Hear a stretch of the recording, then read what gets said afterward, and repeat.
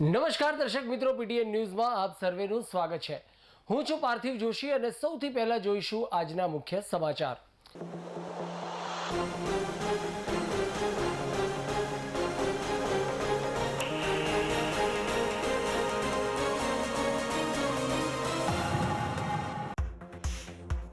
પાટણના બગવાડા દરવાજા ખાતે લાયન્સ લિયો ક્લબ દ્વારા યોજાયો ઠંડી છાશનો કેમ્પ। ત્રિદિવસીય કેમ્પમાં 3000 લીટર છાશનું કર્યું વિતરણ। તો ઠંડી છાશના કેમ્પના અંતિમ દિવસે મોટી સંખ્યામાં સભ્યો રહ્યા ઉપસ્થિત।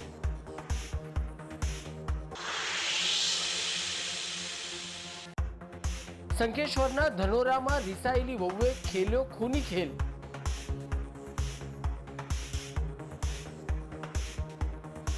પુત્રવધુએ રસોઈમાં ઝેરી પદાર્થ ભેળવતા દિયરનું થયું મોત, તો સસરા સારવાર હેઠળ।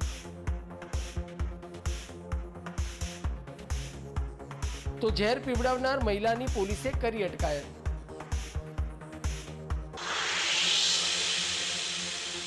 તો હવે જોઈશું આજના સમાચાર વિગતવાર।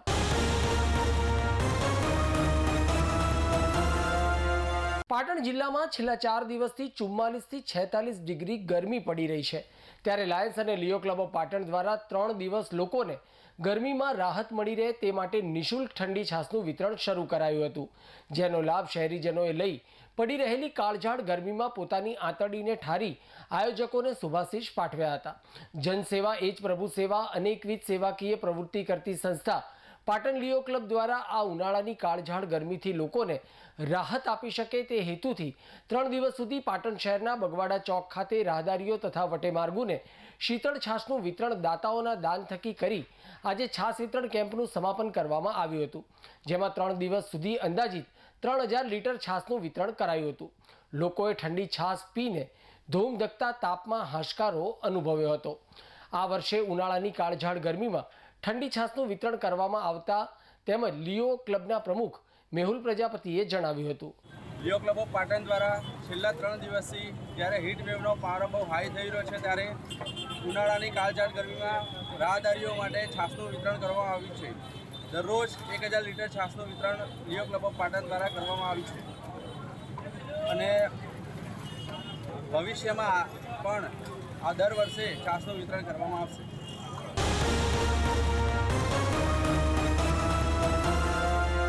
પાટણ શહેરના હાઈવે માર્ગ પર અવારનવાર નાના મોટા અકસ્માતની ઘટનાઓ સર્જાતી હોય છે, જેમાં અનેક નિર્દોષ માનવ જિંદગી મોતના મુખમાં ધકેલાતી હોય છે। ત્યારે ગુરુવારના રોજ પૂનમ નિમિત્તે પાટણ કુણઘેર માર્ગ પર આવેલા અંબાજી માતાના જ મંદિર દર્શન કરી પરત ફરી રહેલા 2 વ્હીલર ચાલક મહિલા અમથીબેન પટેલને રિક્ષા ચાલકે ટક્કર મારી હતી, જેથી 2 વ્હીલર ચાલક મહિલા સહિત પાછળ બેઠેલા અન્ય એક વ્યક્તિ રોડ ઉપર પટકાયા હતા, જે બાદ પાછળથી આવી રહેલ લોડિંગ ટેન્કર મહિલા ઉપર ફરી વળતા તેનું ઘટના સ્થળે જ કમકમાટી ભર્યું મોત થયું હતું, તેમજ 2 વ્હીલર પાછળ બેઠેલા ઈસમને ગંભીર ઈજાઓ પહોંચતા તેને સારવાર અર્થે હોસ્પિટલમાં ખસેડવામાં આવ્યા હતા। તેમજ બનાવના પગલે પોલીસે ઘટના સ્થળે પહોંચી આગળની કાર્યવાહી હાથ ધરી હોવાનું જાણવા મળ્યું છે। તો ઘટના સ્થળે લોકોના ટોળા પણ ઉમટી પડ્યા હતા।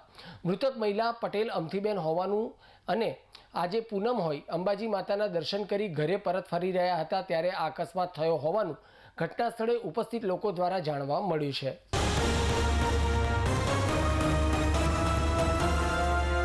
ભાજપ શાસિત પાટણ નગરપાલિકા શહેરીજનોને પાયાની સુવિધાઓ આપવામાં સદંતર નિષ્ફળ નીવડી હોય તેમ છાશવારે ભૂગર્ભ ગટરના ગંદા પાણી જાહેર માર્ગો પર રેલાવાની સાથે સાથે કેટલાક મહોલ્લા અને પોળોમાં પીવાનું શુદ્ધ પાણી પણ પ્રદૂષિત આવતા ઉનાળાની કાળઝાળ ગરમીમાં તેઓ રોગચાળાની ભીતિ સેવી રહ્યા છે। ત્યારે પાટણ શહેરના બુકડી વિસ્તારમાં છેલ્લા અઠવાડિયાથી પીવાના શુદ્ધ પાણીની પાઇપલાઇનમાં ભૂગર્ભની પાઇપલાઇન મિશ્રિત થઈ જતા પીવાનું શુદ્ધ પાણી દૂષિત અને દુર્ગંધ મારતું આવતા સ્થાનિક લોકોને ઘરે ઘરે માંદગી જોવા મળી રહી છે।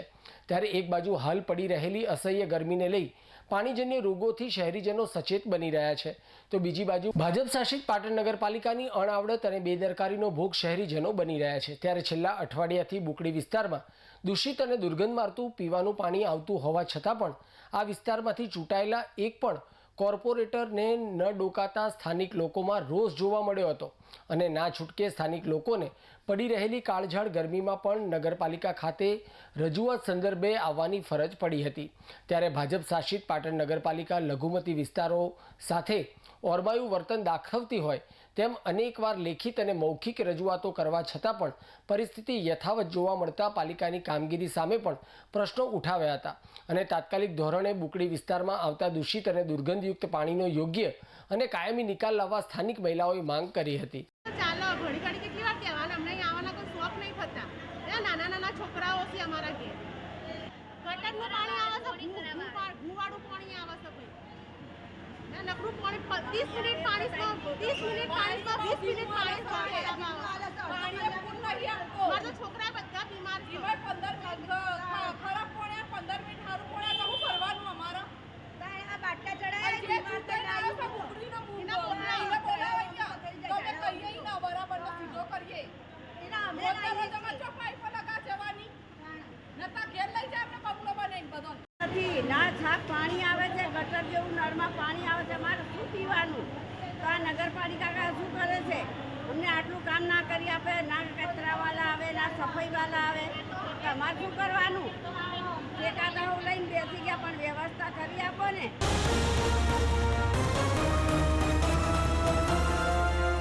હારીજમાં જમીન વેચાણની નોંધ મંજૂર કરવા બાબતે સર્કલ ઓફિસરના નામે 2 વચોટિયાઓએ એસીબીએ રૂપિયા 30,000ની લાંચની રકમ સાથે રંગે હાથે છટકું ગોઠવીને પકડી પાડ્યા હતા। હારીજમાં જમીન વેચાણની નોંધ મંજૂર કરવા માટે સર્કલ ઓફિસરના નામે હારીજના રમેશભાઈ દલપતભાઈ અખાણી તેમજ વિપુલ પ્રફુલભાઈ પરમાર દ્વારા અરજદાર પાસે રૂપિયા 60,000ની માંગણી કરવામાં આવી હતી।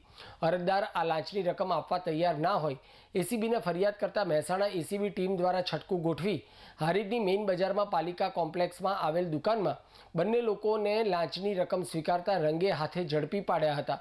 સર્કલ ઓફિસર વતી લાંચની માંગણી કરવામાં આવી હોય આ મામલે એસીબી દ્વારા વધુ તપાસ હાથ ધરવામાં આવી છે।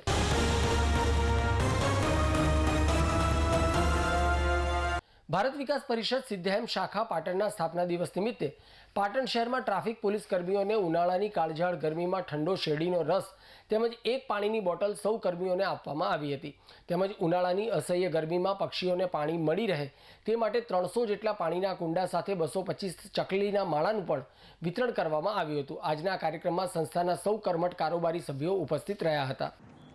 આજે ભારત વિકાસ પરિષદ સિદ્ધેમ શાખાનો સ્થાપના દિવસ હોય અમારી ટીમ 300 જેવા પાણીના કુંડા અને ચકલાના માળાનું વિતરણ કર્યું। તેમજ આવા ખરા બપોરે આપણા ટ્રાફિક પોલીસના ભાઈઓ જે ફરજ બજાવી રહ્યા છે તેમને શેરડીનો રસ અને ઠંડા પાણીની બોટલ આપી અને એક અમે એમને અભિનંદન પાઠવવા આવ્યા કે આવી ખરી ગરમીમાં પણ આપ સેવા બજાવી રહ્યા છો તે ખૂબ ખૂબ ધન્યવાદને પાત્ર છે।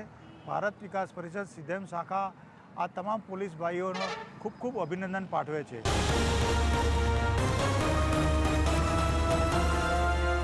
પાટણ જિલ્લાના શંખેશ્વર તાલુકાના ધનોર ગામમાંથી જ્યાં છેલ્લા 12 વર્ષથી પિયરમાં રીસામણે બેઠેલી પરણિતાને સમાધાન કરીને લાવ્યાના થોડાક જ દિવસોમાં પરણિતાએ જમવામાં ઝેર ભેળવીને સસરા અને દિયરને ખવડાવી દીધું। એમાં દિયરનું મોત નીપજ્યું ત્યાં જ્યારે સસરા હોસ્પિટલમાં દાખલ છે। આ ઘટના અંગે શંખેશ્વર પોલીસ મથકે ભોલાગીરી ઉર્ફે ભાવેશ ઈશ્વરગીરી ગોસ્વામીએ પોતાના ભાભી જ્યાં ગોસ્વામી વિરુદ્ધ હત્યાનો પ્રયાસ અને હત્યાની ફરિયાદ નોંધાવી છે। જેમાં જણાવ્યું છે કે પોતાના મોટા ભાઈ અશોકગીરી ગોસ્વામીના લગ્ન શાતલપુર તાલુકાના ગોતરકા ગામની જયા સાથે થયા હતા। તેમને સંતાનમાં એક પુત્ર પણ છે। જો કે બંનેને મનમેળ ન થતાં તેની ભાભી જયા પોતાના ભત્રીજા સાથે છેલ્લા 12 વર્ષથી પોતાના પિયરમાં રીસામણે બેઠી હતી। આ અંગે ડીવાયએસપી મહેન્દ્રસિંહ સોલંકીએ જણાવ્યું હતું કે ભોલાગીરી ઈશ્વરગીરીએ શંખેશ્વર પોલીસ સ્ટેશને ફરિયાદ આપી છે। એ અનુસાર તેમના ભાભી જયાબેન અશોકગીરી ગોસ્વામીએ તેમના પરિવારના સભ્યોનો કાંટો કાઢી નાખવા માટે તેણે બનાવેલી રસોઈમાં ઝેર ભેળવી દીધું હતું અને એ ભોજન તેમના ભાઈ મહાદેવગીરી અને તેમના પિતા ઈશ્વરગીરી ખાતા બંને બેભાન થઈ ગયા હતા અને તેમને હોસ્પિટલમાં ખસેડવામાં આવ્યા હતા।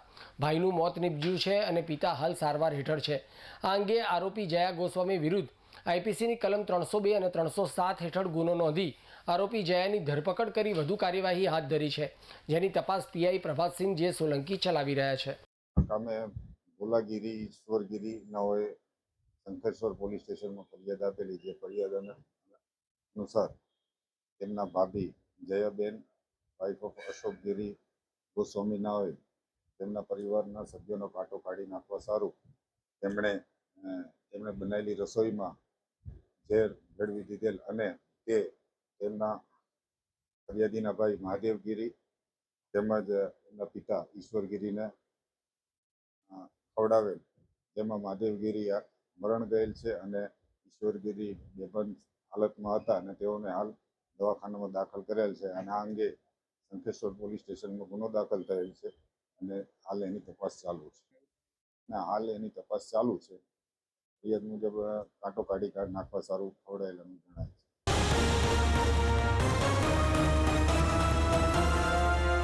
સમાચાર પૂર્ણ કરતા પહેલા આજના મુખ્ય સમાચાર પર ફરી એક નજર.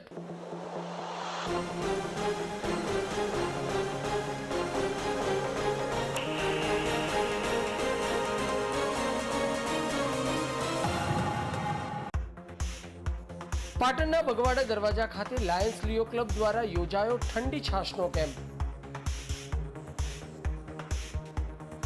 ત્રિદિવસીય કેમ્પમાં 3000 લીટર છાશનું કર્યું વિતરણ.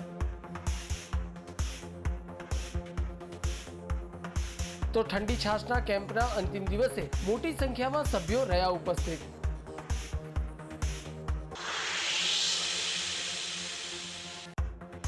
શંખેશ્વરના ધનોરામાં રિસાયેલી વહુએ ખેલ્યો ખૂની ખેલ.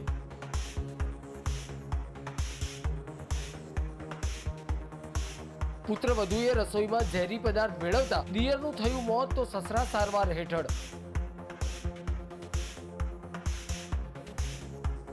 તો ઝેર પીવડાવનાર મહિલાની પોલીસે કરી અટકાયત.